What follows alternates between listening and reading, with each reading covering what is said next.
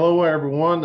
This is Charles Cook again. I want to thank you for watching another one of my podcasts. And today I've got my second return guest, Vince Cuevas. I did say that correct, right?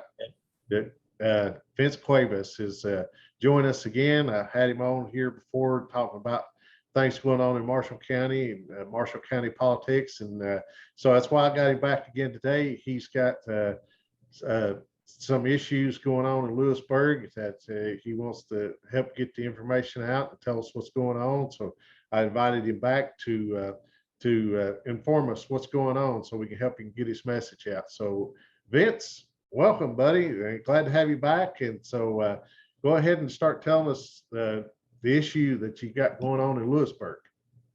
Well, I appreciate being back. It was a lot of fun the first time.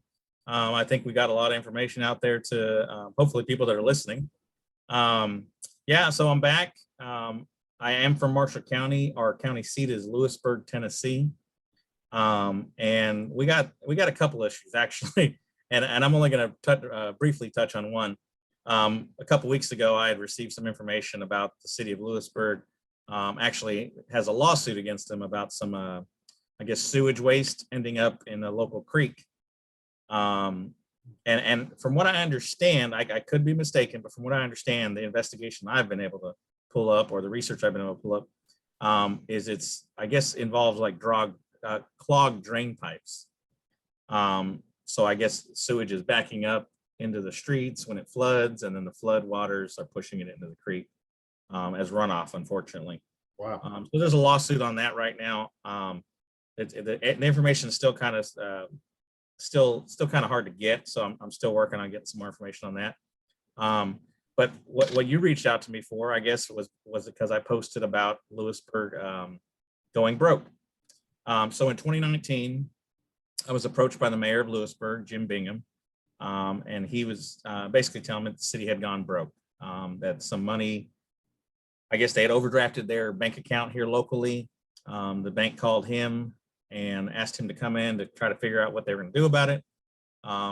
In the city of Lewisburg at the time, I believe, if I'm not mistaken, it was just the city manager, who was Randall Dunn, and the treasurer, Donna Parks, who were on the budget committee.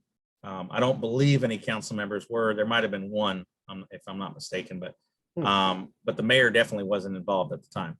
How many city council people do y'all have? We have 5 city council members in okay. So they called the mayor, and I guess they figured out some workaround and got a loan for $500,000. It ended up their bank account was actually overdrawn $300,000. Wow. So we had some discussions. I started getting involved with I was living in Lewisburg City at the time. I don't anymore, but at the time I started going to the meetings more often. I'd have to leave work early, unfortunately, but started going to the meetings. Yeah. And started asking questions, and I try to get some other people to kind of speak up and start going to the meetings and ask questions too, because a lot of times you don't get nothing done unless you get a crowd involved, because if there's just one person screaming from the rooftops, nobody's going to listen. Right. So started going to the meetings, and finally I just addressed, they had an open discussion where you can come up and address the council. And I came up and basically explained that I believe Randall Dunn, the city manager, needed to be terminated. I explained that if you were in any other organization or any other business, if you'd have ran that company into the ground, meaning spending all their money, all their assets, you would have been terminated. There's no ifs, ands, or buts about it. Well, unfortunately, we're in small town politics. And in small town politics, when that happens, you just slowly escort them to the door with a retirement and benefits package. That's here in Morristown. Unfortunately. Yeah. So I called for it, and I think there was another individual that called for it in the local newspaper. And then after a couple months of going through that, I finally got word that Randall was going to retire, of course. So he was going to retire, I guess, January of 2020. I didn't necessarily blame the treasurer at the time, because obviously she works for the city manager. The city manager in our town is basically a full-time mayor. Right. The mayor's more of a figurehead than anything. He runs the meetings and stuff like that, and can break a tie vote. Yes. But after what had happened with the bank, the mayor, I guess they reformed the budget committee, and I think that's when they put a city council member on and the mayor. So there was more oversight, I guess you could say. And the whole time the mayor was transparent with me, but he wasn't transparent with the public. And when I called for the mayor or called for the city manager's job, the mayor allowed me to do so in a public setting at the city council meeting. Never had an issue, never said I was out of line. One of the council members did speak up, who, mind you, is now the new city manager. He did speak up and say it was all their fault, that I can't just point the blame at the city manager. Well, I don't disagree with him, because if you are a city council member and or a mayor, regardless if the city manager or city administrator is running the town, you still have a responsibility. But at the time, I was calling for Randall Dunn's termination because he was the city manager and was in charge of the treasurer, and it was just the two of them that were handling the budget. Yeah. Now things have changed, so I would hold the mayor and or a city council member liable also. So that all kind of got swept under the rug. Randall retired. The city treasurer actually retired, I believe, last year, if not beginning of this year. Also, the city attorney, I don't know if they retire or leave or what the deal is with them, because I don't think they're a full-time position, but they've since gone too. So they have a new city treasurer, a new city manager who was a previous council member that spoke up during the meeting. His name is Van Hazlip. So he's the city manager. He's a city manager now. He was previously a city council member. So, okay, so he was actually hired by the city to manage it. Correct. Okay.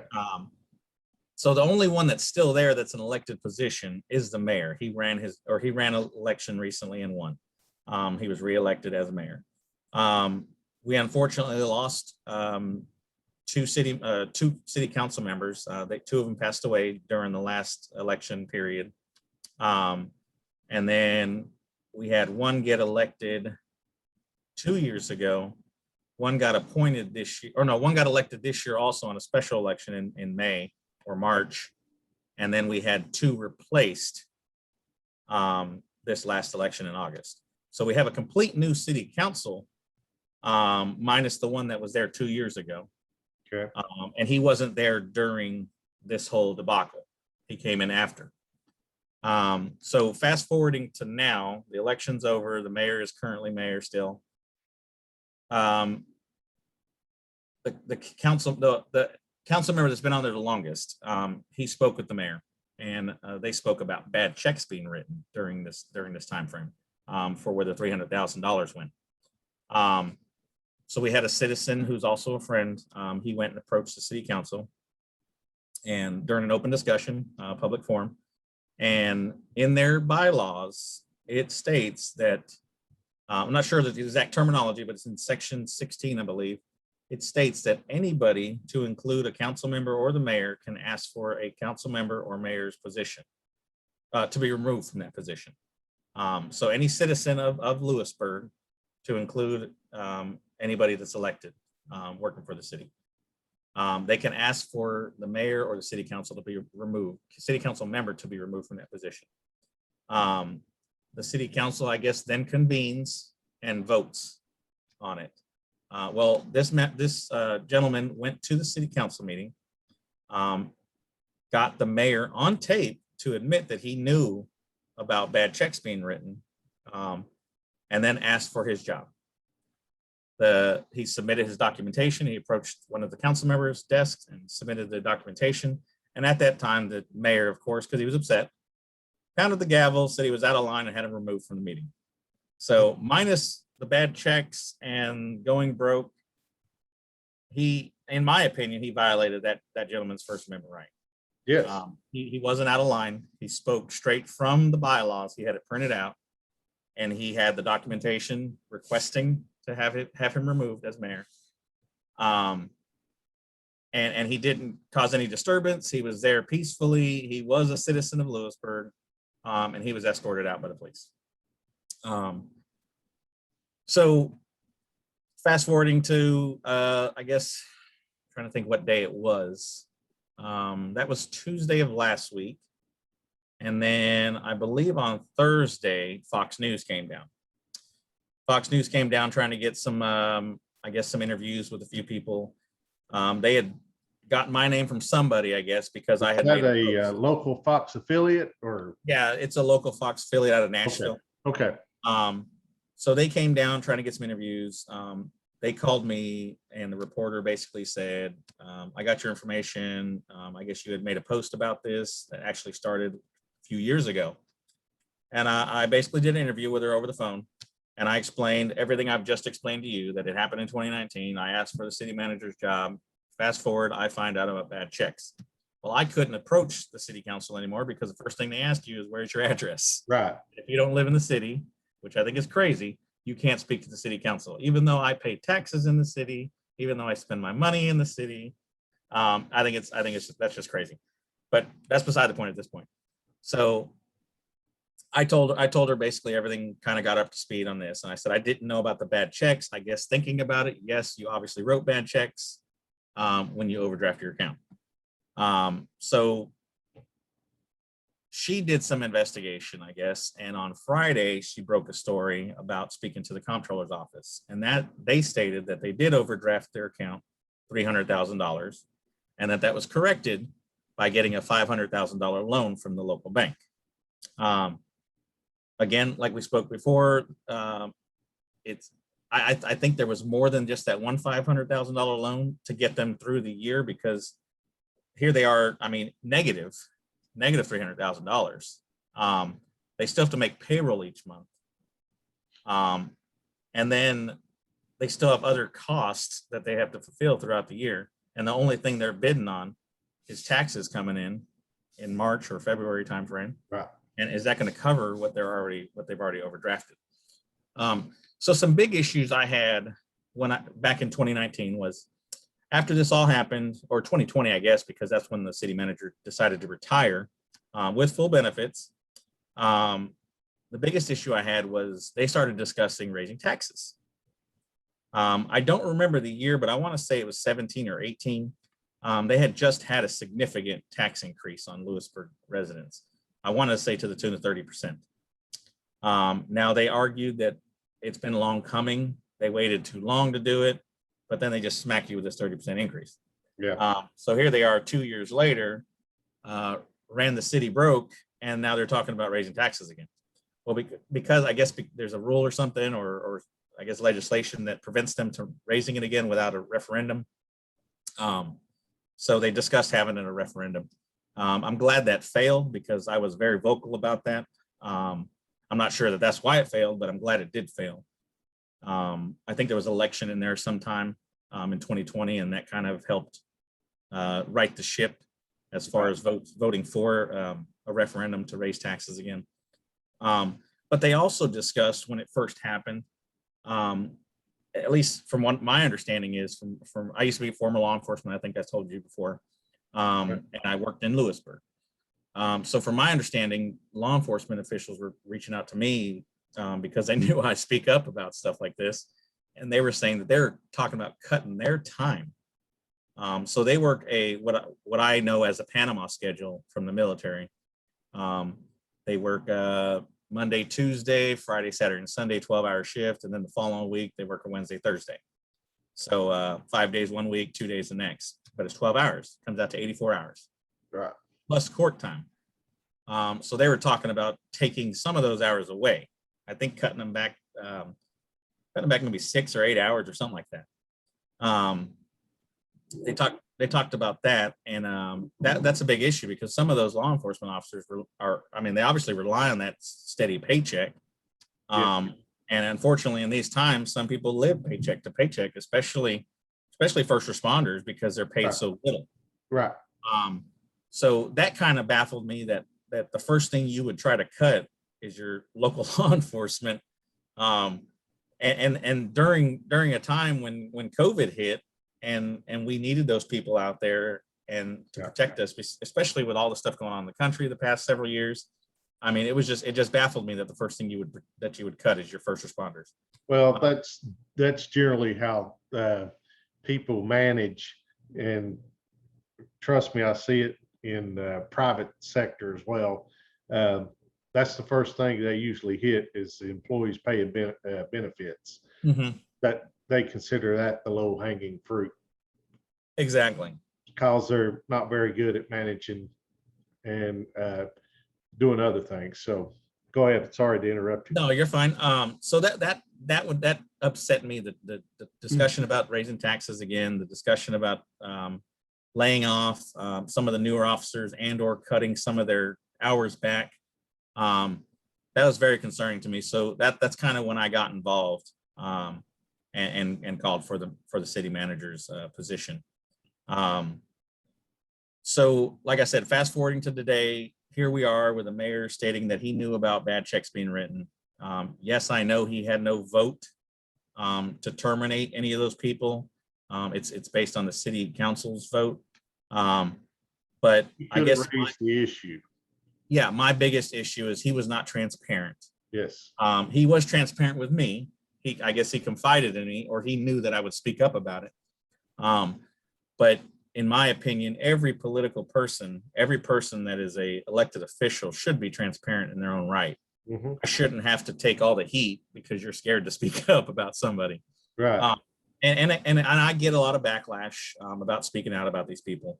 And I tell people all the time, the one thing I always hear is, well, he's a good guy. Okay. He's a great guy. I still like the guy. I hope he doesn't hold this against me or it doesn't damage our personal professional friendship. He is a good guy. Randall Dunn, the city manager, was a good guy. Donna Parks was a great person. I don't have a personal issue with these people. I just believe they should have been terminated for their lack of transparency and their lack of being able to accomplish their job. Yeah.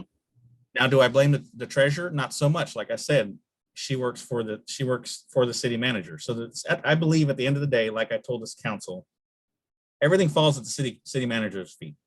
Mm-hmm. He was hired by you to do a job. He failed at that job. He should be terminated. And the city council should be liable if that doesn't happen. There's a lot of good people every day that make mistakes that get terminated. Exactly. Doesn't make them bad people. Yeah, it doesn't make them bad people. Just make them a little bit irresponsible, and they have to live and learn the hard way. But that's the way it is. And politicians and those that work in government are no different, and they should be held accountable.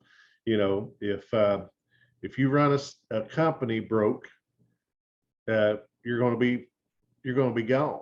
Yeah, you're going to be held accountable for it. Right. If you run a city broke, then you should be held accountable.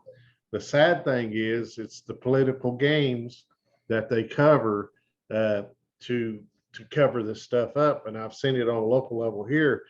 You know, we had an issue with the city administrator here in Morristown that took over $3 million out of the sewer fund and used it in the general fund.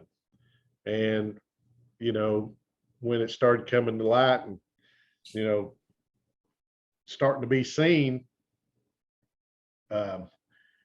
he decided to retire, you know, and would have just held on a few more months, they probably could have fired him with cause, Mhm. you know, because that was illegal.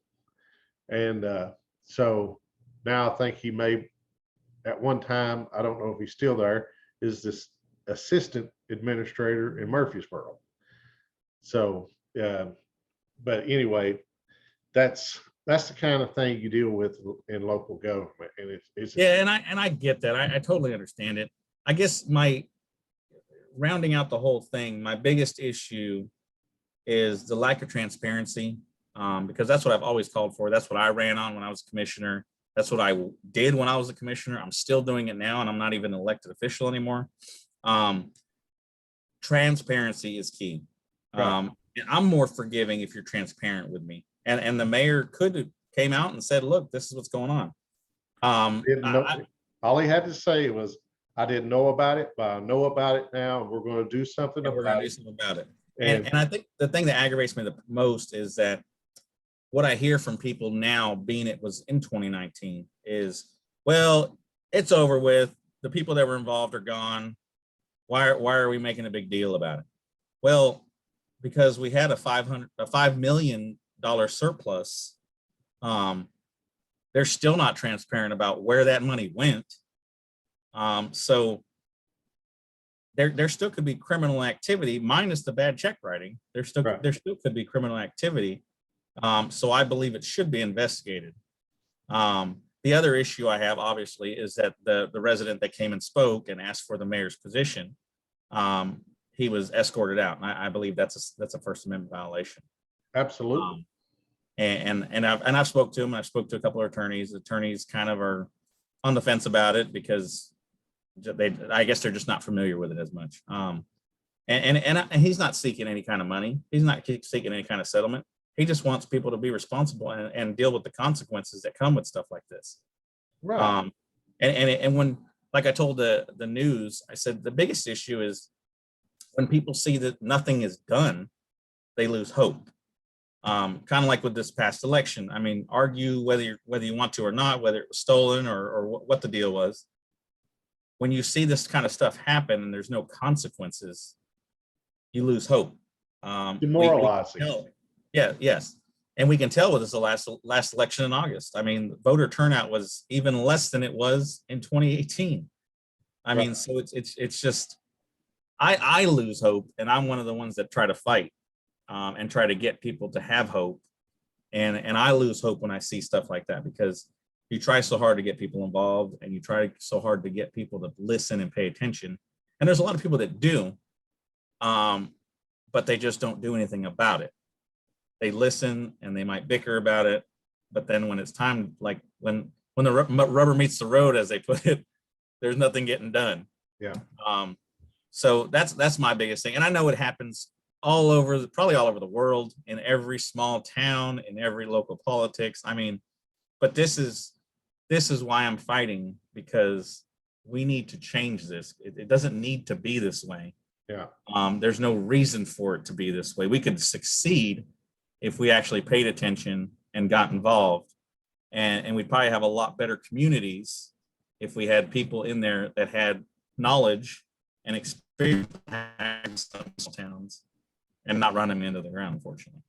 So, as you said, the bylaws of the charter says that if he knew something like that happened, then he should be removed. Correct. And any citizen in the city could ask for that removal. So how does that removal process take place? Does city council have to vote on it? From what I understand, I think the attorney made a statement after he requested that. And I believe she stated that they had to have a special call meeting to discuss it. Now, I don't have a lot of hopes that'll happen. And again, I don't dislike the mayor. I understand it wasn't his fault. Right. But at the end of the day, the one thing I really hold against him at this point is a First Amendment violation. Yeah. I mean, 2019 happened. They went broke. They got out of the hole. And one thing I forgot to mention, largely, they got out of the hole because of all the COVID money that was coming to the towns, the school boards, and the counties. Right. And had we not gotten those millions of dollars, we'd still be struggling in the city to get out of that hole. Yeah. So when all that money came in, I believe last summer or last fall, of course that got you out of the hole. And he ran on that when he was running his election. Oh, I fixed the city and I got us back in the black. And I'm just like, you didn't though. I mean, the state and the federal government did when they sent you a big check. Right. So to me, in my world, and what the bylaws or what the city charter says, then the process has to be followed. Correct. And I hope it does, because if not, that's going to cause more issues. Even if the city council votes not to remove him, you got to put them on record on their votes, knowing what happened and what the bylaws say. They have to be, that vote has to come, and they have to be held on their record. Their vote has to go on record on how they handled this situation. I agree. There's no way around it. That this is where my Appalachian. No, I got you. Yeah, this is where integrity comes in, and you have to do the right thing. And where it's demoralizing to people, you know, to not have nothing done, at Mhm. least you have them on record. And the next time they come around to vote, I mean, for election, then you've got to use that and say, look, if this would have been, what if it would have been a police officer or a fireman or a city public works worker that was taking money from something? It's no different, but they would have been terminated. Mhm. And if their boss, their supervisor would have knew about it and never said nothing, like the mayor, Likely, yeah, then he would be terminated. likely be It terminated should, also. and Mhm. should be. So this is where the process really has to be followed. And the gentleman that spoke up at the city council meeting, he did the right thing, and he Mhm. needs to make sure, hey, you're going to follow this process, or we're going to make a stink about it until you do. Or when the next election comes up, you will be held accountable. Yeah.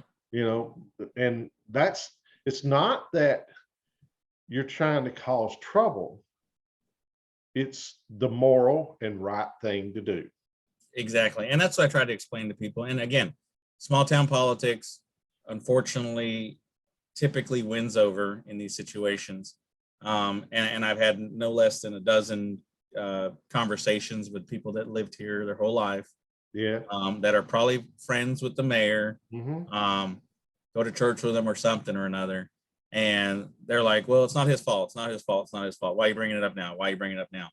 Well, the fact of the matter is criminal activity likely did occur.